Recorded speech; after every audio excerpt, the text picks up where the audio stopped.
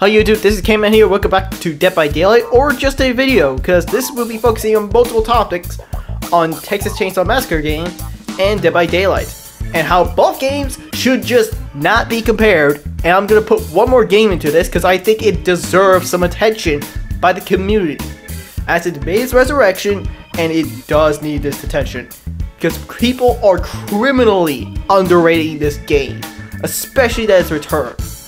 So, what does Texas Chainsaw Massacre do? That's the first topic I'm going to go on. Texas Chainsaw Massacre is a 4v3 killer game where there's 4 killers: the hitchhiker, the cook, and Leatherface himself, who we all know and love, that tunnels and face camps us all game. Oh, the wonderful times. And these 2 other killers, the hitchhiker, who places down his traps everywhere, and he happens to be very quick. The cook has this unique ability to hear everything, and gives his own team complete wall hacks. And I'm talking, if he catches you, all the other killers are gonna come after you. Well, Leatherface just has his chainsaw and pretty much nothing much. He can destroy obstacles and all that, but other than that, he just does instant down stuff. And without the rest of the killers, it'll be a tough time. So what do the survivors do? Well, there's no special abilities. Well, not really.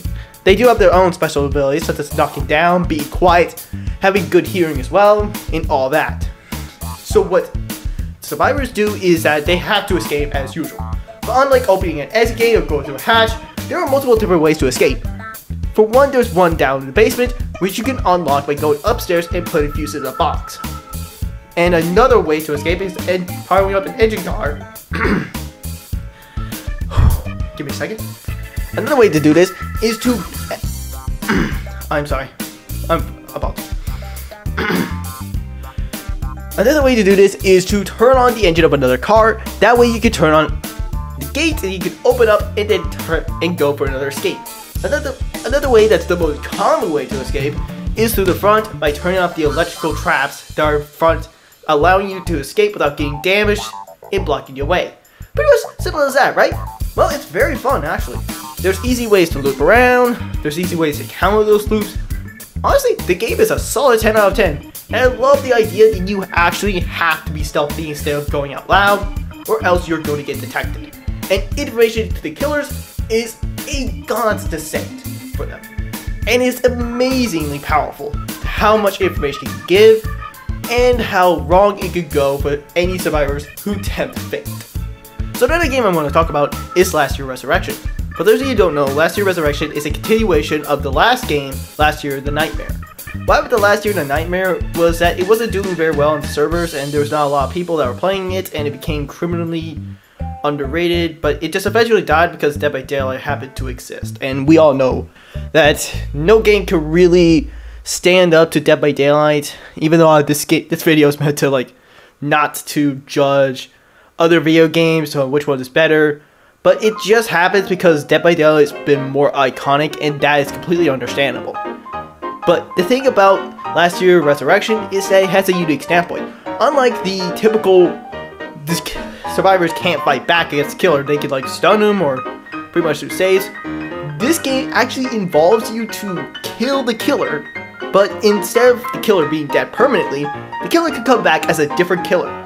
For a matter of fact, there was 4 different killers. There is the... I can't remember one's name, but he could throw his chain around, grab a survivor, and rail them in. There's the slasher, the giant, and the spider. The spider is definitely the best looking killer in the game, and I will say, it is amazing. I love the design of the entire spider. The slasher is definitely the most basic killer to start off with, as you just slash around with this axe, and he has a long range with it. The giant, however, is pretty hard, but it is very fun to play as him because you can just run and pick up survivors and yeet them across. He's pretty much the pre-alpha version of Albert Wesker in Dead by Daylight. So what does the gameplay provide you? Well, different roles. You want a flashbang that's in hand and you can treat it like a gun? Oh, there's the scout roll. You want a roll that gives you a pipe bomb? Oh yeah, there's a roll for that too. You want a roll that gives you a pipe and also a bat along with a baseball helmet? Oh yeah, we have that too. Pretty much there's a lot of characters in this whole thing, but you can pick different roles. But as usual, there is a limited amount of roles you can pick, such as 2 at a time. This is a 1v5 situation. What makes another part of the gameplay such a unique standpoint is that there's more objectives to get out than any other game, than Dead by Daylight does. Such as you have to pick up fuel, fill in the gas gauge, so you can move around. So you can move around a tractor or never mind. You have to move something around to get up top. That way you can get the objective done. And you can open up the gates, get out by cranking up a vault. So what does the gameplay have? Well, entirely unique. And that's what made it so much better than so many other DVD ripoff games. And that's what makes it so good. Is that it was such a good game, and then it just happens to die out because Dead by Daylight was a thing. I know I've been saying the same thing a lot, but I'm running out of ideas, and it's pretty hard. And the game has been pretty fun. It's fun. Because for someone like me who's been on console for a while, I never got to play those games. Because the main issue with last year is that it's a PC only game, and that's really just a downside.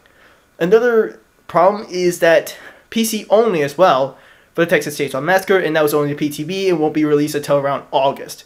So yeah, pretty much I don't have much to go off of other than the gameplay I've seen, and I do see really good potential. It's a new gameplay standpoint, and I do want to play those games as they are both unique. They are both unique, and it'll be interesting to play a game that's entirely different from Dead by Daylight. Pick a different hobby, because you think about it, many other people just prefer games differently. They can prefer Texas Chainsaw Massacre, not just for the voice lines, but for the gameplay it provides. Last year, the Nightmare, the fact you can fight back against the killer, and, well, it has just a unique standpoint. Both games are unique. With Dead by Daylight, it's just because Dead by Daylight's been more iconic, it has more licenses out of every other game. You have Pyramid Head, Albert Wesker, Nemesis, Michael Myers, who actually brought the game to life because of his announcement. We are talking a killer who started slasher killers. If it wasn't for Michael Myers, Jason Voorhees would never have existed in the first place. We can't also forget to mention that Dead by Daylight has been the reason why last year in Texas Chainsaw Massacre has existed in the first place. Because if Dead by Daylight hasn't existed, none of those games would be real. Dead by Daylight has been the really first online horror that has actually gotten the attention of many people and developed its own community to such an extent, although I wouldn't say in a good way. So yeah, that is why both games, like all 3 games, last year Resurrection, Texas Chainsaw Massacre game, and Dead by Daylight should not be judged. They both have their unique gameplays. It just comes down to what you prefer. Do you prefer a game with licenses or just more iconic? Dead by Daylight is there for you. Do you prefer a game that has its own characters and is based off a movie you love? There's Texas Chainsaw Massacre. And with their own abilities too, you can just stun the killer in different ways than one.